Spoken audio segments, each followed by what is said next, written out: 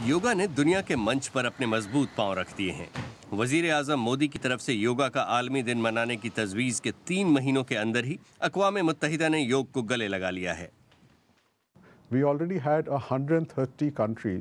अब जबकि हमने 175 मुल्कों के तावन के साथ ये करारदाद मंजूर कर ली है, तो मेरे ख्याल में इससे ज़ाहिर होता है कि इस बात के इम्कानात पहले से ही मौजूद थे कि ज़्यादातर लोग इस करारदाद के हक में ही होंगे। लेकिन जहां मोदी का योग फितरी माहौल के साथ चलने की बात करता है, वहीं दुनिया के कई हिस्सों में ये लुलुलेमन पैंट्स और चमकदार स्टूडियोज में चल रहा अरबों डॉलर का बिजनेस है। कुछ लोगों का कहना है कि बदलते मौसम को रोकने में वही योग कामयाब हो सकता है जिसकी जड़ें हिंदू फलसफे में हो। गीता में 3 से 4 मुख्तलिफ किस्म के योगा से मुताल्लिक बात की गई है। इनमें से एक कर्मा योगा भी है और शायद बदलते मौसम के असरात से निपटने के लिए कर्मा योगा ही बेहतरीन तरीका है, क्योंकि यही आपको आपके अमाल की आगाही के साथ साथ सोचने पर भी मजबूर करता है।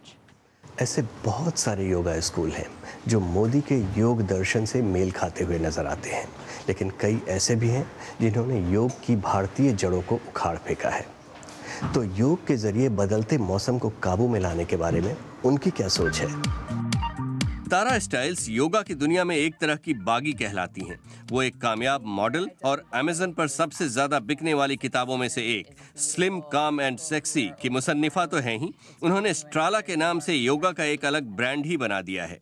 मेरे दोस्त बचपन में योगा के बारे में ज्यादा नहीं जानते थे, जबकि मैं बचपन ही से योगा करती थी और अपने दोस्तों और घर वालों को बताना चाहती थी कि योगा के क्या फवायद हैं और किस तरह वो आपको दुनिया से जोड़ता है।